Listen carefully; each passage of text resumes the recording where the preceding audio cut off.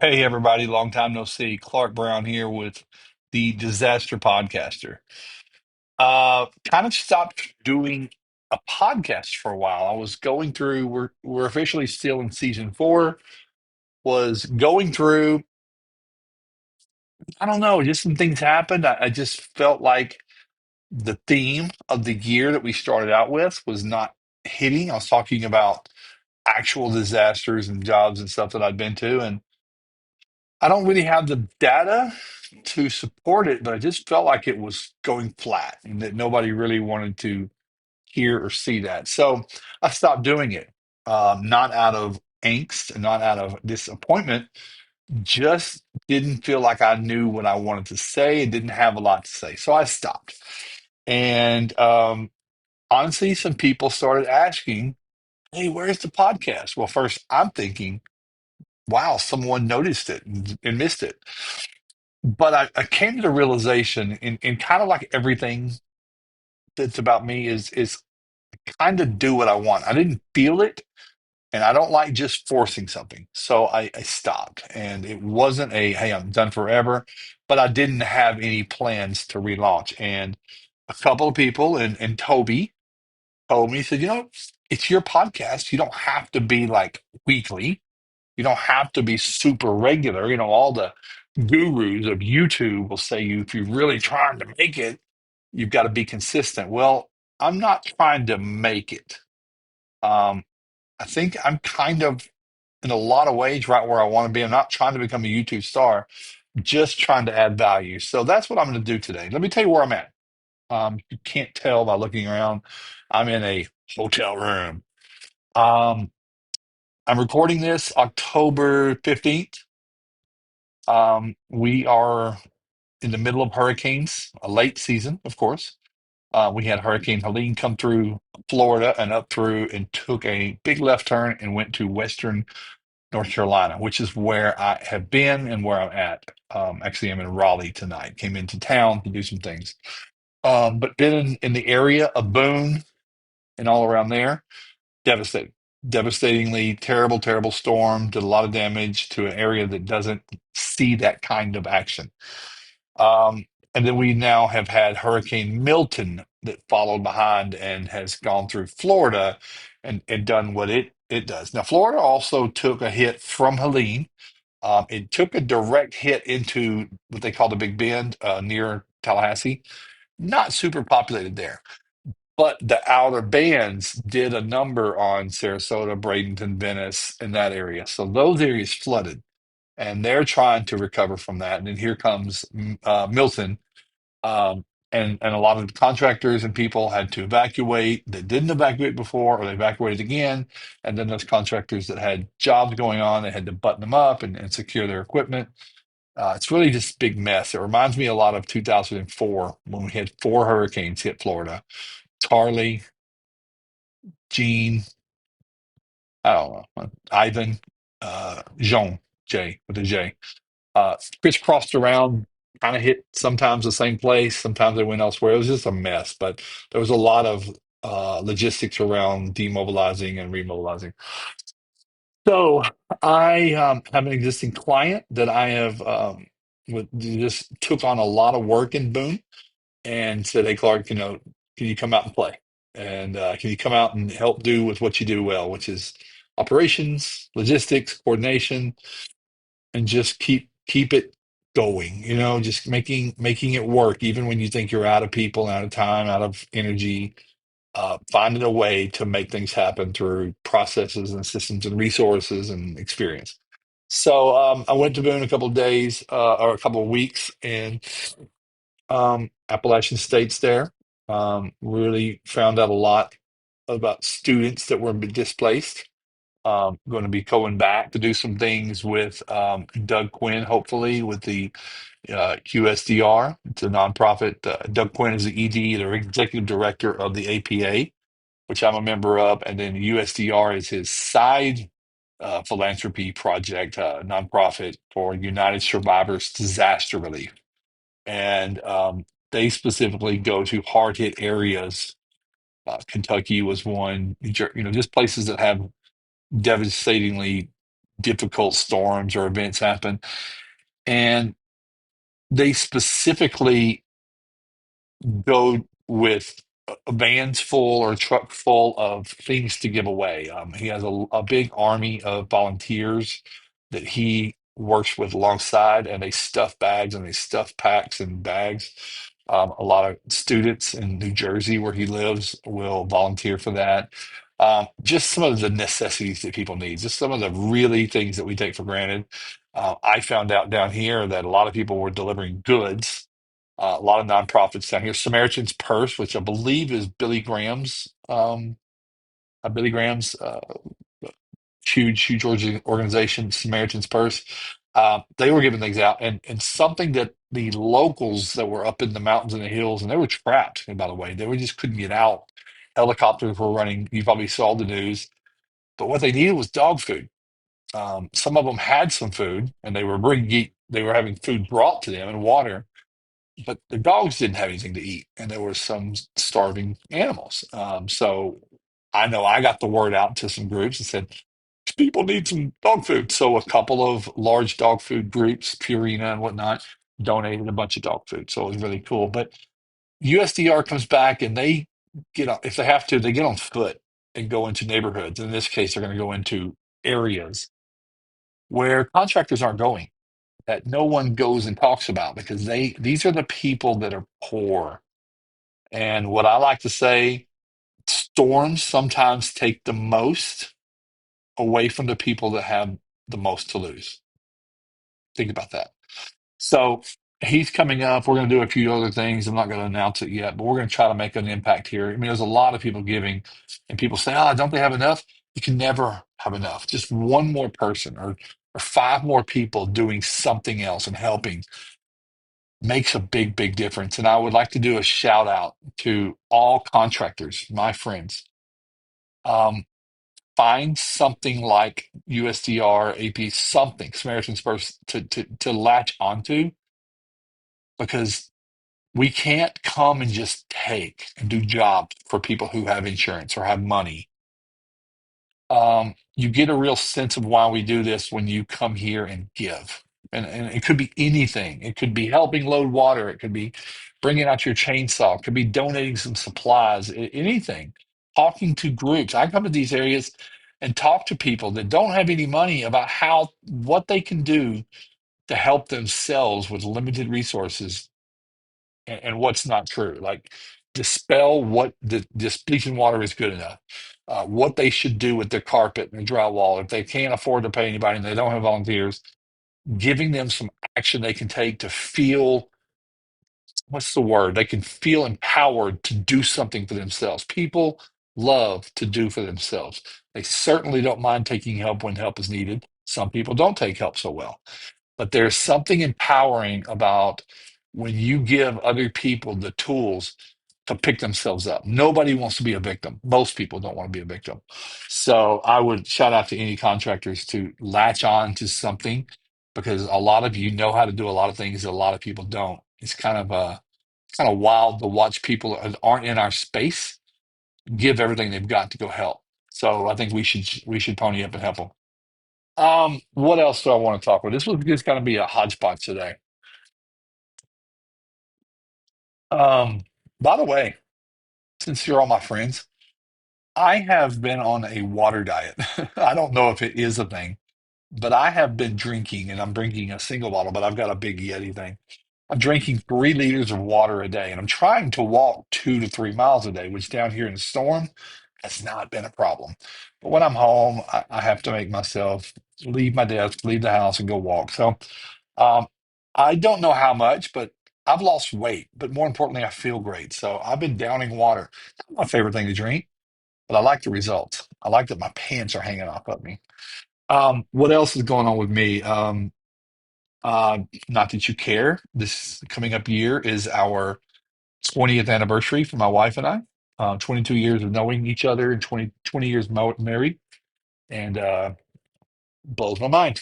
So we have a surprise coming up this weekend. I don't want to say what it is because you'll watch this and hear it, but by the time this airs, maybe it's too late. But next time I'll tell you what we did. Um, I came down and I want to share some things that I saw through other contractors. I want to make it very, very clear that I am not talking about the group that I'm down here supporting and working with. They are a business coaching client with the Restoration Advisors, but they listen. They didn't do perfect. They none of us did. It was a struggle. There's always going to be a struggle, and I'm going to talk about some ways why. But I want to tell you about a bunch of other people that I know that were there that reached out to me. Word was out. Say, Clark, you in town? You have 5 minutes. Excuse me. You have 5 minutes. Can you come talk to me? Show me something. Do you have a contact or whatever? And if I could, I did. Here are some things that I see, not just this storm, but all the time in disasters or storms. Um, and this is not meant to be negative or putting one down. I just want it to be useful information. So this year, 2024, in our industry has been a surprisingly difficult year for lots and lots of reasons. I don't need to, and I'm talking about in forms of business and maintaining business and seeing leads and overhead and just inflation and just lots of issues. And then carry over issues of having staffing issues for the last few years. Um, but everyone that I know, I mean, I flew to Colorado and met with a big group, and there wasn't anybody there that said we had a not only a disappointing but a very frightening second quarter leading into the summer. Now, a lot of people are picking back up, but a lot of people depleted their profit and their savings, dipped into their line of credit or took on a line of credit or took on some kind of financing and funding just to stay open. Because you're faced with this, I have overhead, I have people that work here, but I don't have a whole lot to do, and I'm going to lose them all. It's so hard to get people and train them. So everybody that's watching this probably felt a piece of that. That said, here comes storms, and there are a few type of personalities.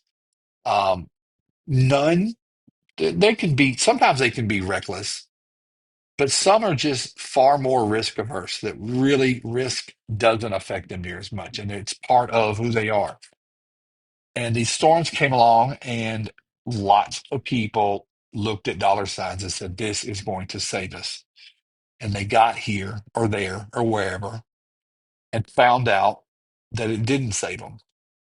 I got to tell you, while there was a lot of damage, storm work, disaster work is not the same as home. It's different for lots of reasons. You're in a different place. But if if you can't afford to go and lose, and it takes a lot of money. It's a very, very high investment to do storm work. Of course, there are ways that you can do it and find finance in it, but it's just sometimes that's not possible. So a lot of people came here thinking this is going to save me. And I would say that if you don't have money to lose, don't go there and lose your money. It's a Hail Mary for some people. Some people use that term. Like, I don't have any work going at home. If I don't go there, wherever there is, Georgia, South Carolina, North Carolina, Florida, maybe Tennessee too, yeah. If I don't go, I don't have a year. It's a scary place to be. And I'm going to tell you right now, I empathize heavily with that position. And I know what it's like to be up against the rails. I know what it's like to be unclear what the future has for you. I know what it's like to be looking at your bank and even coming out of your own personal pocket to fund your business. By the way, that's part of owning a business, but it's never easy. But I see people, and I've seen for years, hurricane seems to have been everyone's Hail Mary, and they find out that they just hell.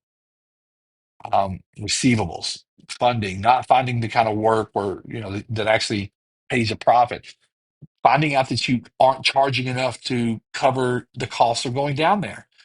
Finding out that while you're away, guess where it's busy? Back home.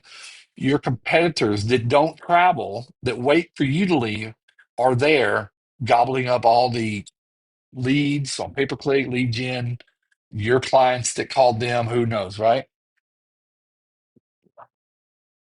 So that's one aspect. Lots and lots and lots and lots of people reach out to me every year. I usually start the season, or when a hurricane hits, I start with a video outlining some of the bullet points of kind of what I'm talking about here, but what to be prepared for, what it's like, what you can't figure out trying to Google or look on Facebook groups and get bad information. This storm in Florida, I tell everyone, you are required by the state of Florida to have a license as a Florida-based entity. That wasn't lifted by DeSantis, by any FEMA, nothing. That is still the law. And I'm seeing cases where law enforcement is picking up and arresting or uh, penalizing contractors that are working without a license in the state. It has nothing to do with mold licensing. That is a regulation in the law. But this is about operating in any kind of capacity, and yes, even mitigation. It's just the truth. It's just facts. So those that go to Florida have a choice. They better be licensed there. They better be really, really lucky, or they work underneath in someone else's subcontractor, which can also be problematic. Um, but let me tell you about what I see beyond all this. People come to Storm. I'll tell you, over in the Western North Carolina, when I was there, I saw people just not following the standard. Um, Lots of different ways that, there is a standard S500. It spells out how that we are supposed to behave and act and perform our remediation, restoration, mitigation, whatever you want to, whatever part of that you're involved in.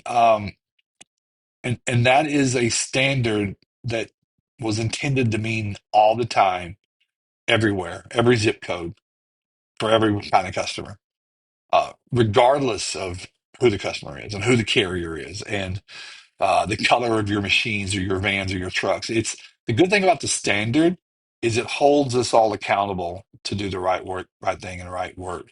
But I watch in storms for a multitude of different excuses that people don't follow the standard, that they deviate is the word, but sometimes grossly just ignore the standard and do things that are harmful to themselves, the occupants, the workers.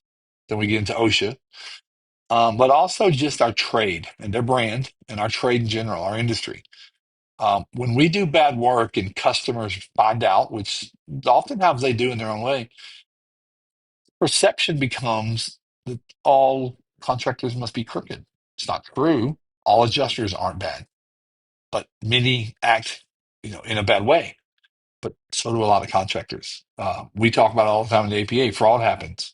Fraud on all three sides: consumer, contractor, carrier. Everyone does bad things. Um, all sides do bad things, not all people. So I saw a lot of people come over here and do bad work, and maybe that's a little bit because of again, the excuses might be the resources I have, the speed at which I'm going, the money that people have, or just I have to do as many jobs as I can to get through so we can get these done. None of those are reason enough to blow air movers in Cat 3 situations where proper cleaning has not happened, um, to not test for asbestos, not wear PPE. Those kinds of things are, they happen, but they can't be all the time. Sometimes things just happen. You might get a waiver signed or a release of limitations or something like that, but that's not, it's not how it's supposed to work. So, I'll tell you right now, just I don't mind telling anybody, if you're a shitty contractor, you're up there with a terrible TPA with me. You're not my people. You're not in our industry. I'm kind of excited about the idea that you don't make it. Harsh words, but I think a lot of people agree with me. You just don't belong. I think the consumer, the public would be better off all around if you were not in this business and you go sell real estate or crypto. So, um, that's a topic. I'm in Raleigh now because our client that we were working with, we were just winding down a lot of jobs. I mean, there's a part of a company that says, I'm just going to keep taking on work, many jobs as I can. Excuse me. But then there are others that say, you know what, we're really busy at home. Our team is tired, 2 weeks, 3 weeks. In this case, This group was on the Wilmington Beach, Curie Beach for a while, Wilmington, Carolina, 2 weeks or so, and then over here for 2 weeks. So a month away from home for people who don't always do travel is a lot. I tell people all the time that burnout happens quickly on the road with people. Families at home. There's a couple people that were working in our group that had newborns, just normal, had parents that they had to kind of watch over and they couldn't. It's a different set of anxiety, different amount of anxiety that you have. You have to take care of your people. And so this group said we're going to go there and help out. They had a lot of people that they knew. These were a lot of relationships that they had, and said, let's go help the people that help us all the time throughout the year, and you know, take care of those projects, get them cleaned up, get them ready for reconstruction, and we got to get back home. We have a company we're building. We've made promises. We've made marketing efforts that we're getting a lot of work, which you all should be doing because storms don't happen all the time. You can't live your life on storms. And they got back home. They're getting back home the next couple of days. I came back to Raleigh to the mothership, and we're finalizing some billing, getting the documentation packages. I'm gonna tell you what, I love this company because when you get an invoice and send it to a customer, self-pay, insurance, it doesn't matter. They get a documentation package that customer, because we're asking people to pay us up front and then on deliver. These are people that have had the means and said, you got to pay for us. We didn't come there to be the bank. It's our money or your money. But we have to give them a file full of the components and audit the file for things that they can get reimbursed on. They don't need to be facing adjusters who say, well, I don't see pictures, I don't see DocuSketch, I don't see sign-offs and releases, and et cetera, scope of work, contract signed, rate sheet signed and stuff. So we've got to get all that really, really tight. There's a system. Every single job is the same. The only thing that's different is if we have before and afters of the crawl space, unless they don't have a crawl space and then they have a slab. Well, we can't check that box. So just those kinds of things. But back here, I've got the rest of the week here through the weekend, and then I'm going home next week, or hopefully on Sunday. I might be heading down to Florida to Milton. There's a couple opportunities, a couple things that people might have, but I really need to get home.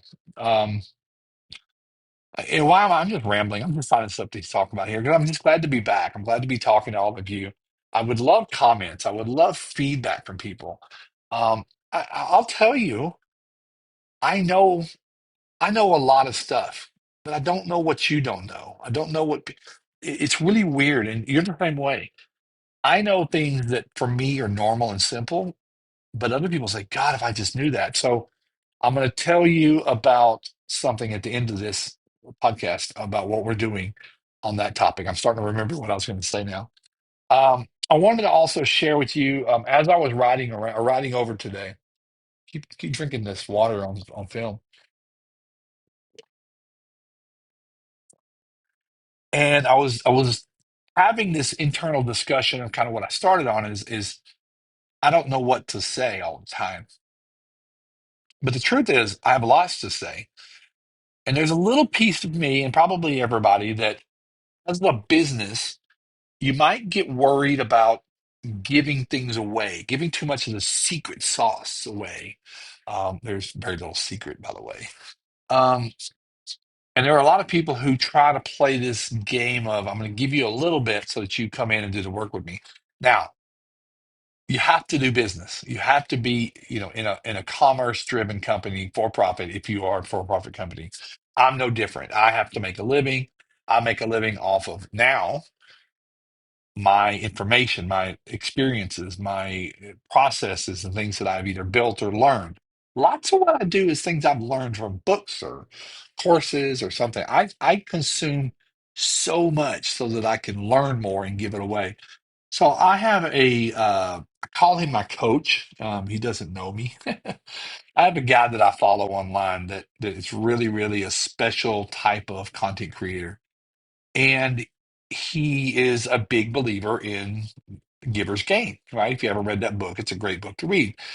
But he's a really big, generous person. It's actually part of his business model is something that I've modeled after and copied is my business exists so that I can be generous, so that I can. I chose a profession with Restoration Advisors and now Restoration Business Association, our new academy, excuse me, Restoration Business Academy, our new academy that is literally a place that we can bring people into. We don't have to charge as much as we do for a one-on-one, and we can dump content in there. But Graham has an ethos, and I want to break it down real quick for a few minutes here.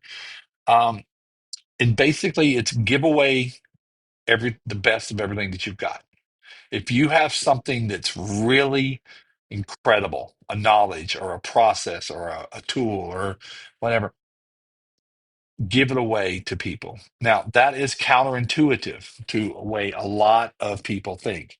And that probably is getting me a lot of people shutting off this podcast because it doesn't sync with how they think. But let me stick with me for a moment on that. So when I say give away everything you've got, if you are a good person, so if you're not a good person, you probably aren't even watching this podcast, and I certainly don't care if you don't.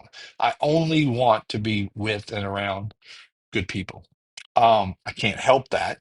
I can't do anything about it, but that's just my thing.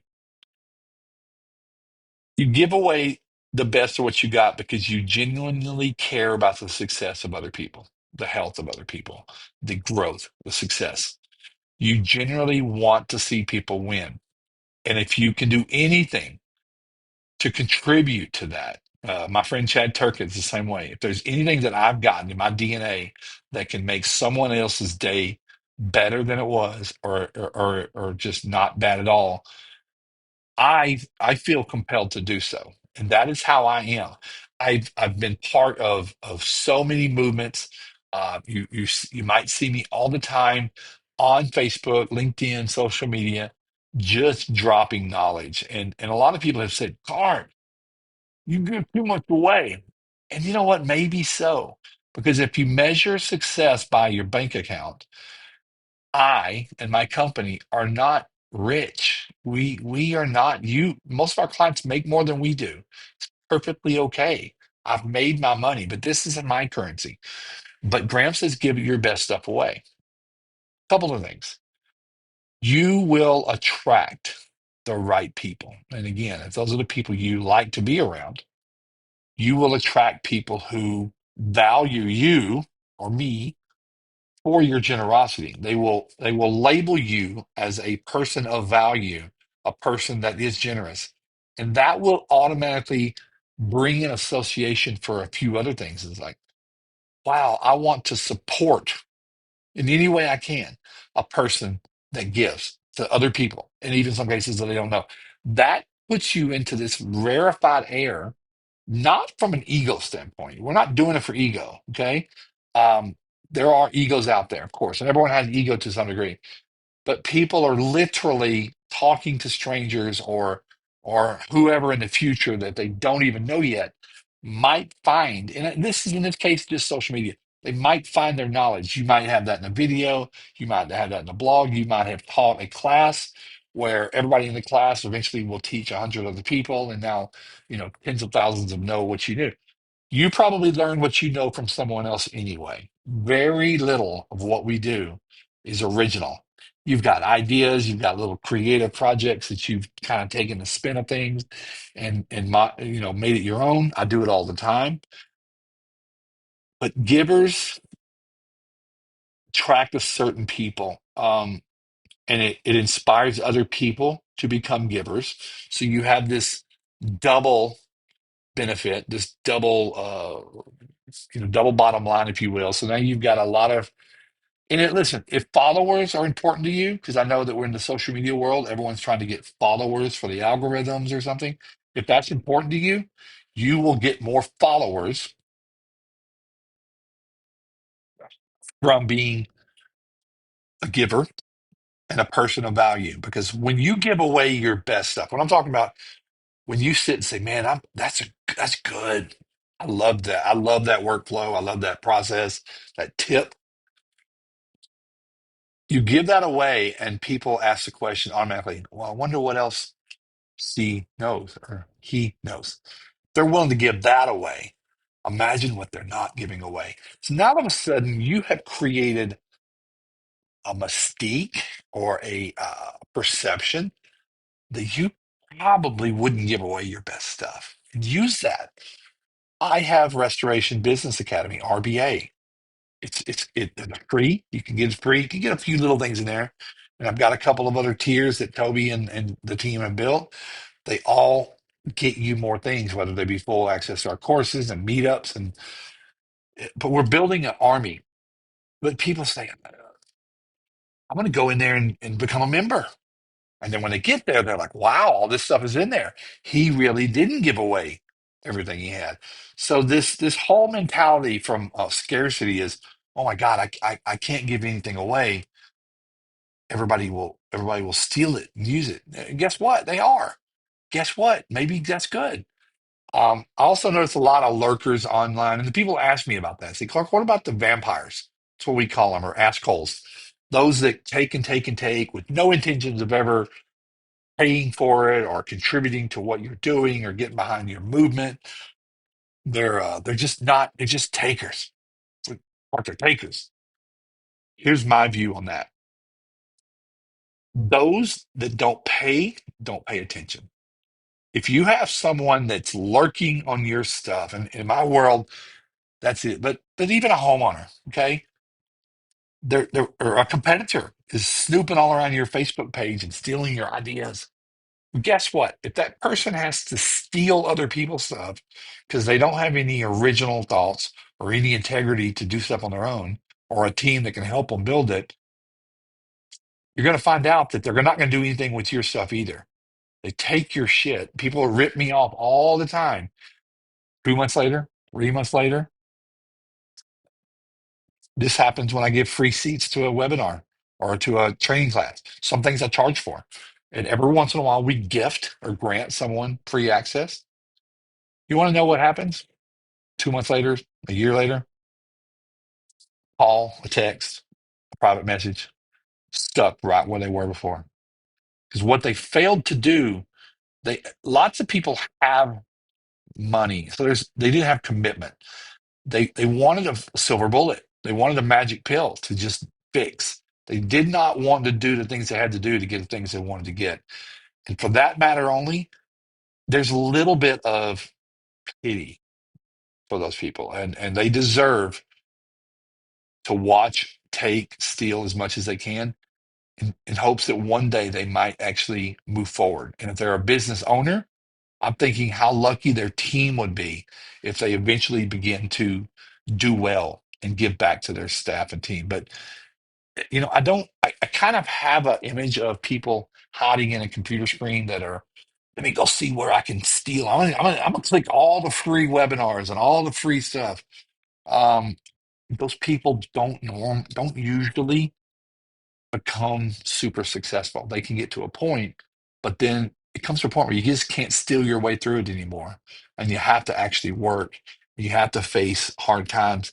And they're generally not great at that. So I will tell you, as a restoration contractor or any service provider, if you sell chemicals or equipment in this industry, I know we do a lot of posts all the time that say, hey, this is do some long form stuff. Really go in and break down how something works or a way to help. I give away stuff all the time like that.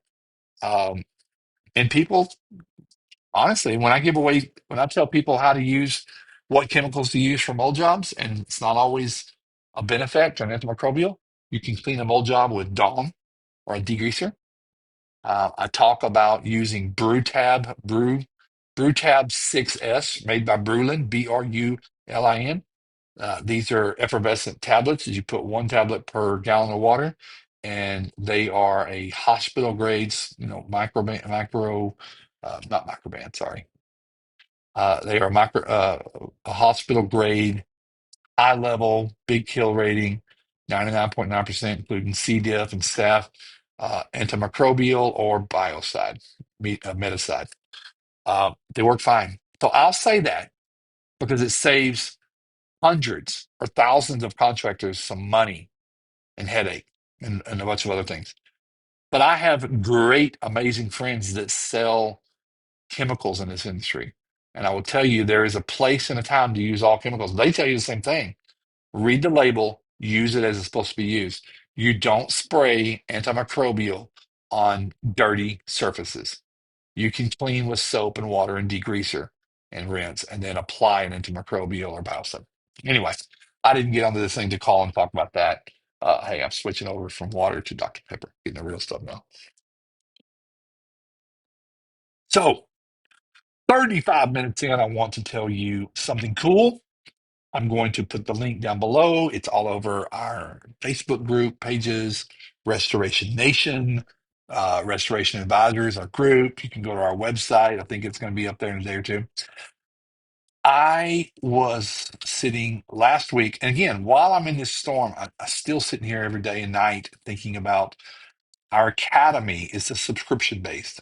And I feel, and so does Toby, and so does KB, and Jocelyn, and Ashley, everybody on our team, we feel a huge responsibility for the members that have joined our subscription and our membership and our community that are paying with good faith because we have a lot in there now, but they're going to need more. So our job is to keep creating more things.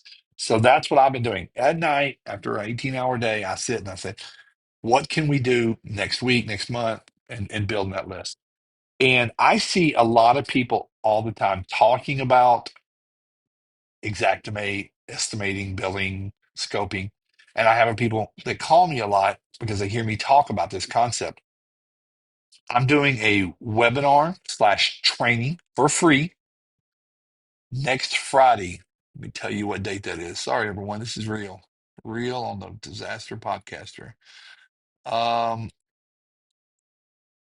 23rd, I think it is. I'm pulling it up to see right now. Nope, 25th. October 25th, Friday, 2 p.m. Eastern Time. I've got the registration link before down below, free. Reserve your spot, show up, and watch. I am going to be showing you with at least one tool that I think is probably simple. I don't want to make it super complicated.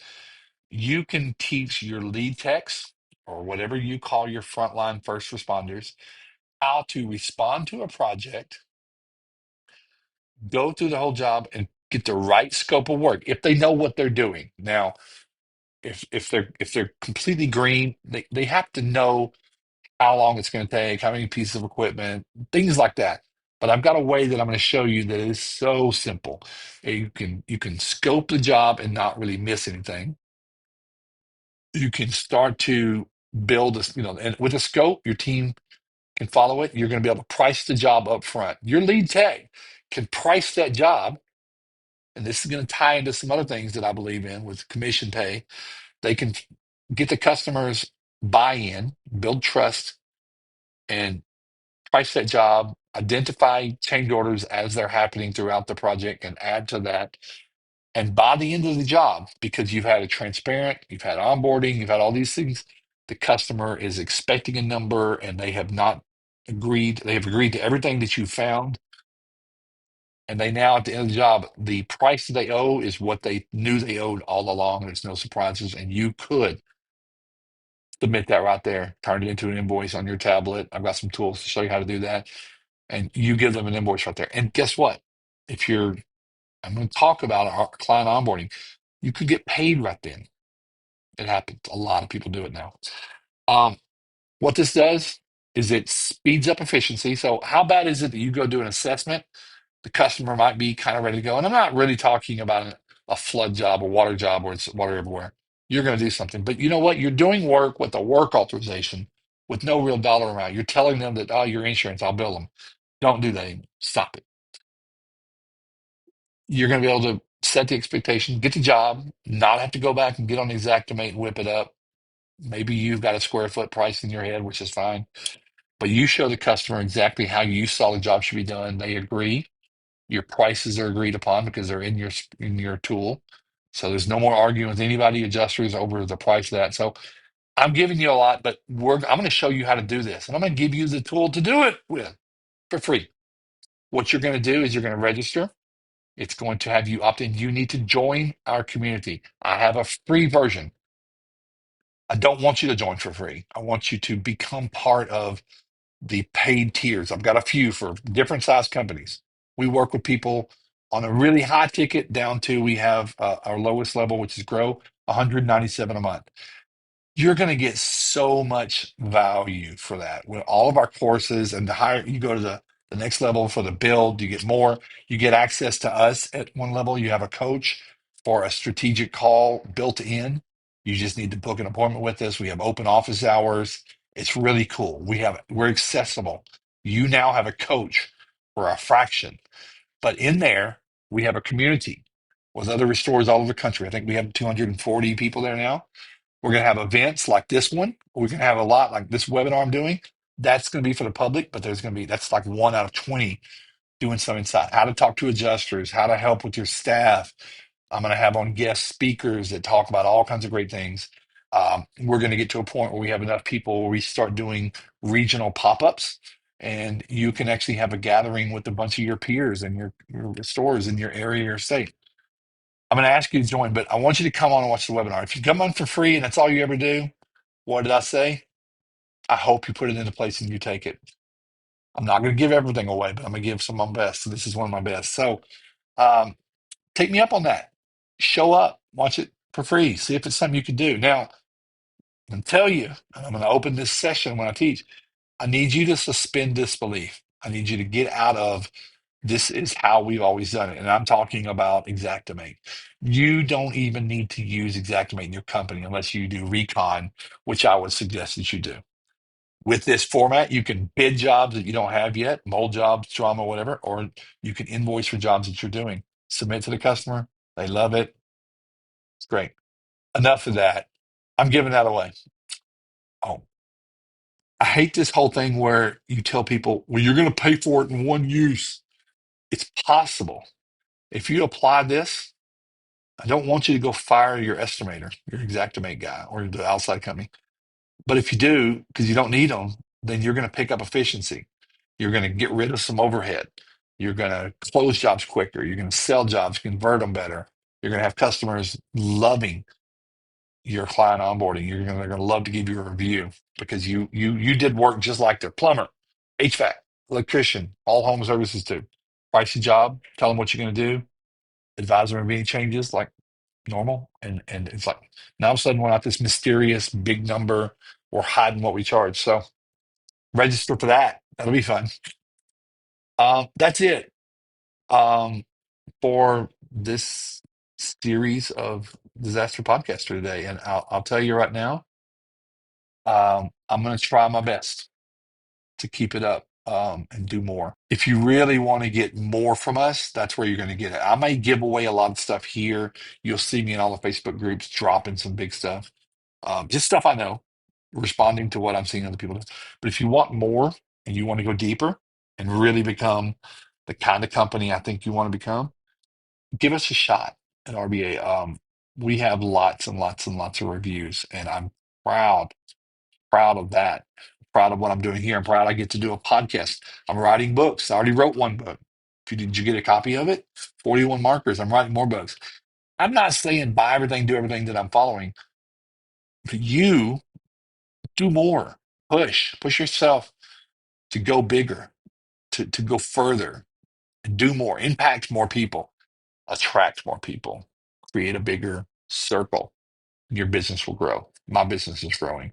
It's a long game. But anyway, that's it for Disaster Podcaster. If you're still out there on the storms, reach out, tag me or in a post or something. Let me know where you're at. I might or might not be going back to Milton. I'm not real sure yet. There's a couple of pending things, but kind of like okay either way. I got a lot to do at home. But if I need to go, it's what I love to do. So let me know if you're out there working somewhere on the storms. If you're not, let me know if you have more questions about RBA. Let me know if you have ideas about a podcast. Let me know if you don't like my new glasses that I'm wearing, or if you like that I'm drinking water a lot. Anything. I'm really having fun with this because this is my podcast. Um, Maybe I'll start having more guests back on here. I know I did for first seasons 1 and 2. I had a lot of guests, some cool ones, all of them. But I began to like we kind of like I got to find new people. I got to find interesting people that add a lot of value, not just the ones that talk about their products. I don't like that. I like people who share what they know with the audience, and then you can seek them out and figure out what they do and figure out if you want to support them. That's how I like to operate.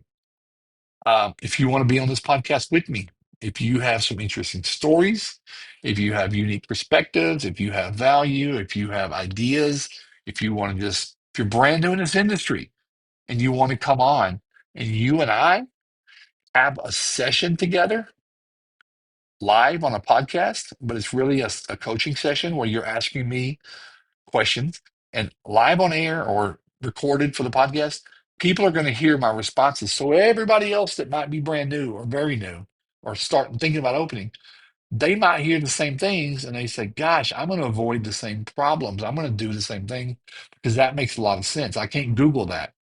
Restoration Nation, Water Mitigation Group doesn't tell me those things. You have to find them out the hard way. If I can make it a little easier so somebody doesn't have to do that, so be it. That's it for me this week. You guys have a great one. Go to our website, restorationadvisors.com. All the links, all the stuff in the bottom. Check out the rest of the podcast. This is the first one you saw. This is our fourth season. I think we have around 70, 75 episodes or so. I'm not sure. It's a lot. Go check them out. See if there's something on there that piques your interest. People always tell me they find something really cool that I did 2 or 3 years ago and blows my mind. I forgot all about it. Have a good one. Take care of yourselves. Be good. Be good at it. See ya.